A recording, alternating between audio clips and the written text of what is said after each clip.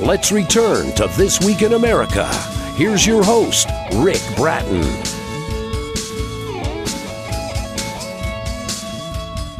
Welcome back, everybody, coast to coast, This Week in America. Thank you for spending some time with us on the program. The Kid Who Beat Wall Street and Saved Africa by Ginger Hiller is a story that takes place on 6 different continents, where our hero Marco invests in a gold mine stock, corners the market in corn, and makes over $500,000. That's right, $500,000. And by the way, he's only 12. His parents have no idea. However, it's also the story of children in war-torn Africa, of marauding gangs of thugs burning and pillaging. It's a story of disease, the lack of food, clean water, and medicine. The Kid Who Beat Wall Street and Saved Africa tells of courage, of adventure, of how one boy can begin to save the world one small step at a time. Ginger has enjoyed a career in several diverse areas, a middle school teacher and international sales agent and commodity trader. She started her own commodity trading firm. She's also a world traveler, having had the good fortune to visit most of the 7 continents several times. The confluence of her major interest led her to write The Kid Who Beat Wall Street and Saved Africa, by the way, her first novel. It's received numerous awards, including the Pinnacle Book Achievement Award for Best Book in Children's Literature, finalist in the Indie Excellence Award in Juvenile Fiction. And Ginger Hiller, the author, is with us on This Week in America. Ginger, welcome to the program. It's great to have you with us. Thank you. Thank you, Rick, and thank you for having me. It is my pleasure. If I could begin, I want to just give you a little teaser into what this book is all about and how exciting it is for children. This is the prologue. It takes place in Africa. Immediately, Hakim knew the men were kidnappers. He had heard about these bands of thugs who were snatching young boys and making them part of the militia, the vicious child soldiers of the region. He had been searching for the herbs under the near undergrowth when he saw them. 2 were carrying rifles. The third man, a tall man, had a machete tucked in back and a green bandana around his head. Instinctively, Hakim, a lanky 14-year-old boy, crouched down low in the grass and hid himself in the woods. He could see a small boy tethered to the truck, and he knew what was going on. He moved cautiously, so he kept the Jeep in line and hidden from the men. Ah, he gasped. The boy couldn't be more than 10 years old, and he was fast asleep. Hakim moved close to him, and then, with a sudden thrust, shh, he put his hand over the boy's mouth so he wouldn't scream. He said, "Don't worry. You'll be okay. I'm here to help you. You go ahead now. I'm going to untie you and go into the woods and escape from these men." They did as he said. Hakim then watched him creep the 100 yards towards the tall grass. And as soon as he got into a safe position, Hakim strode out from behind the truck and walked rapidly in the opposite direction. "Hey, look at that kid," said one of the men. "Let's get him." The 3 men took off running. Though he was barefoot, Hakim started to run. He ran fast. He flew across the savannah, ran like the wind. 2 men who were not very fast, but the third one was a thin, athletic man with the green bandana. He was gaining. He was taller, and his legs were wider and stronger than Hakim. So they ran. Hakim went as fast as he could, up the path and through the hills, up a slight hill. And when we reached the top of the ridge, he looked down into the ravine. With a moment's hesitation, he dove off the cliff like an eagle in flight. The river was clear and it was cold. He swam without stopping for a full 10 minutes. The thin man stood atop of the precipice and looked down. When the others reached him, they said, "What happened? Why'd you let him go?" one asked. The thin man shrugged.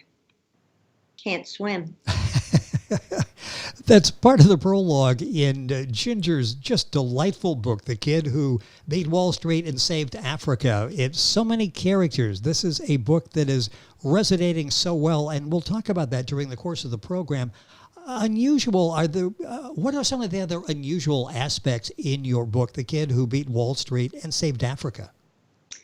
Yes. Well, in the story, as you know, Marco earns over $500,000 trading stocks and commodities on the internet. Um, yes, a 500,000. And by the way, he's only 12 years old, and his parents don't know. Amazing. So, but the book is really about Africa and about the gangs of thugs that burn and pillage, and about the children that go without food and clear water. It's a very difficult situation. When I was writing the book, I had my African protagonist, 14-year-old Hakeem. And I named him Hakeem. It just fell into my lap. Hakeem, by the way, has been learning about folk medicine from his Sagoma. That's the village health healer. But he always knew that there was something more. There's Western medicine. And he thought if he could learn it as well, he might be able to really help his people. You know, when I looked up Hakeem after the book was finished, in one of the books about baby names for African children, Yes. there was Hakeem. Would you believe faith healer was right alongside the definition? Interesting. Interesting. So this was fate that you came up with, Hakeem. Yes, the books seem to happen like that. I expect sometimes these kids, my story, to ring the doorbell and come into my house. I mean, Well, they're you've- so much a part of me. You've said that. It's almost like you sat at the computer to write the story and not knowing exactly where to go. And these voices, these kids were telling you where to go with the story. And the book is The Kid Who Beat Wall Street and Saved Africa, complete edition by Ginger Heller, our guest on the program. Book is available, of course, at Amazon. The audience, primarily young adult, middle school readers, and you address some large issues, some large global issues. Do you think they're able to comprehend the complexities of the issues that you talk about? Well, actually, this age group is wonderful. You know, I taught 9 and 10-year-olds as well as older groups. And in school, they would pledge allegiance to the flag, and some of them would actually cry. I mean, they were so patriotic. Yes. They had learned about the revolution and history. But on the same hand, they are so sympathetic. Social issues are so important to them. And when they learned about the story and the plight of Hakeem, I got the most fabulous sense that these children, how can we help? How did that happen? Why did the grown-ups let this happen? See, the children are the ones who are going to change the world. And in fact, I had one young girl, she read the book and was so upset to learn that Hakeem only had one pair of sandals and holes in the bottom. And she looked in her closet. She counted 7 pairs of shoes. That's right. So she and her mother got involved with a relief agency to send food and clothing to Africa. It was really quite beautiful. These children are, they resonate very strongly with the book. They love it. I get reports from teachers all the time. They just can't put it down. I had one amazing story. You're going to really love this, Rick. This boy, his teacher had asked him to write a book report on their favorite book, and he instead had another idea. So he earned $200 over a period of 3 months. And with his teacher's help, he found a family in Costa Rica. You know, there are no safety nets in a lot of these countries. Exactly. He gave the money to the family, and within 6 months, they had 10 chickens and a rooster.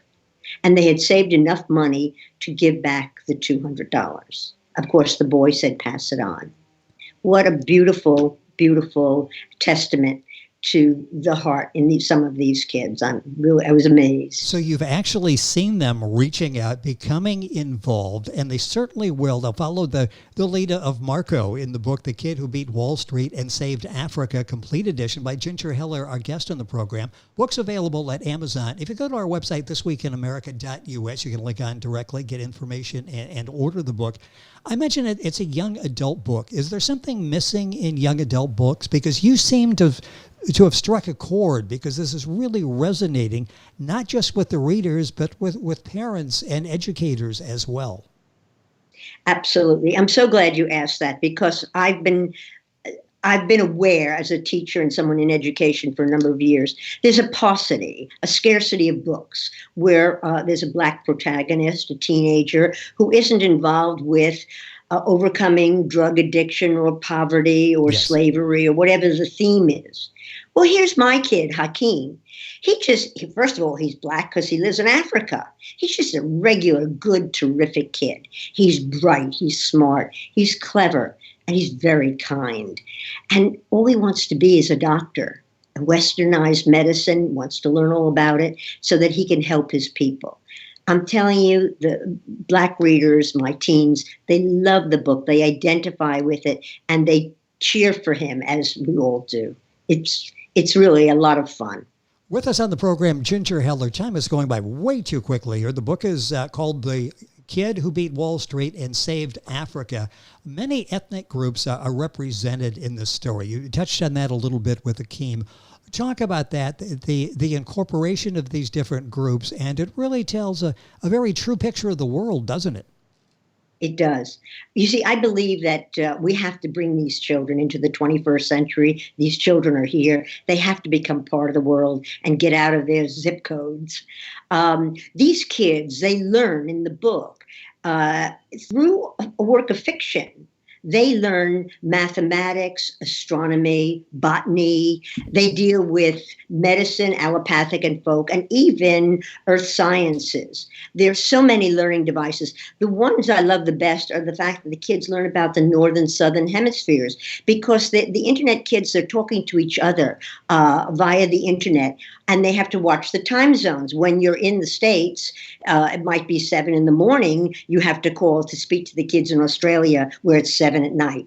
So they understand time zones. When they're skiing or snowboarding in North America, the kids in the South are all, in the Southern Hemisphere, are swimming and out in the sun. Yes. So the children learn so much about the globe, so much about science, and it's really very exciting.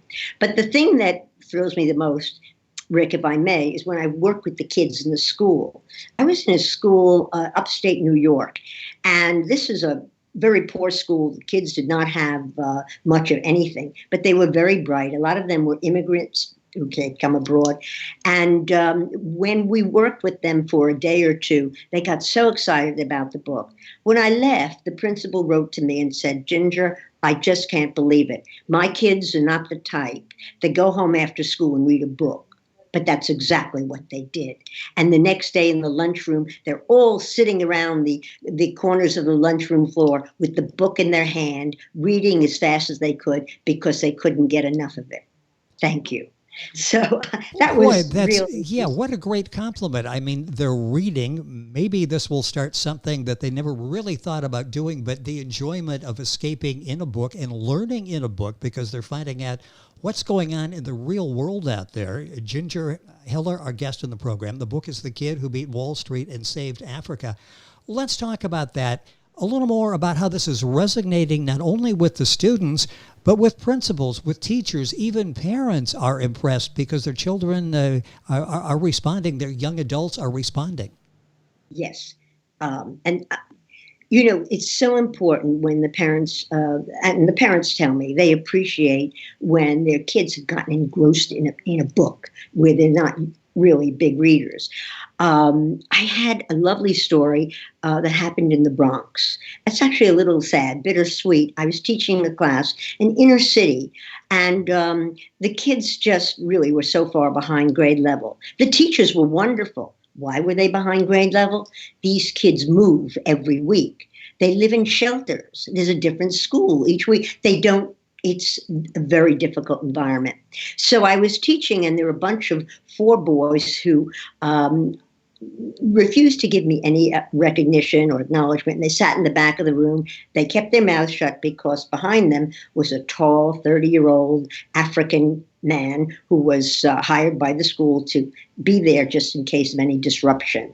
So my last day, I went over to the boys and I said, hey guys, you know, you're missing. We're having a lot of fun up here going through the book and doing exercises. Why don't you join us? And they didn't say anything. Then I said, do you know about Pele, that soccer player? I said, they nodded. I said, well, I don't know too much about sports, but let's just pretend for a moment. You're 12, 13, supposing you're 9. You're playing soccer on the field and you notice this kid, Pele, hanging on the gate. You saw him play. So you say, hey, Pele, come on over and play with us. And he says, nah, don't want to. So you say again, oh no, we're having such fun. Come join us. And Pele says, nah. And he goes home. What a shame. He missed out on being part of the school, playing soccer in high school and college, being recruited, and all the wonderful things that would happen. Don't you see, boys? I want you to come up and join us. We're having such fun. Well, their heads drooped. So then I said, you know something? I want you to know I believe there's greatness in each and every one of you. And I walked away, but I turned and I saw one of the boys, the tears coming down his cheek. Very, very sad. I went over to leave, and then I saw Mr. Baba, who was this African fellow, perhaps 30, who was hired as a monitor. And I thanked him and noticed that under his arm, he had my book. I said, Mr. Baba, are you reading The Kid Who Beat Wall Street and Saved Africa? He said, yes, I am. I said, well, do you like it? He said, this is the best book ever. I mean, I had such fun. Then I said, what part did you like best? He said, the part about Africa. Oh, my God, you got to go there and see it. It's just great fun. I get the impression you really come alive in the classroom. Is that the place where you really thrive? You're interacting with these middle grade school kids, and these are the ones that I understand you like all kids, but these are the ones you really seem to have this this fondness for. What's that like, walking in the classroom? And now you've got this story, this vehicle that opens up this whole other world and discussion topics to these kids. Well, I tell you, I love the age group because they're not jaded. They're not in high school. They're still young enough to be dreamers and have an open mind. Yes. And yet they're old enough to really understand sophisticated subjects like poverty and disease and difficulties around the world. They're such a joy to work with, and I've had more fun. One little girl, oh, you're going to love this, the best thing an author can ever hear. She takes me aside after class and she says, Mrs. Heller, can I ask you something very private? So I laughed. I said, oh, sure, go ahead. I bent down. She whispers in my ear, how do you know how we think? So I thought, wow, that's really it. I told her, I said, hey, I was 11 once. Well, you've really tapped into that. It's just so impressive the way the children, the young adults are responding to the book. The characters you have in there, for many being introduced to social responsibility for the first time. We see that in Marco. We see that in Akeem. It's just such a brilliantly written book. The Kid Who Beat Wall Street and Saved Africa. By the way, can a 12-year-old, here's a kid who gets inadvertently, he gets an invitational letter to invest meant for his dad. He jumps on board and makes $500,000. Can that actually happen in real life? You bet it can. And if you want to know how, you just read The Kid Who Beat Wall Street and Saved Africa and find out. It's all in there. Well, I tell you.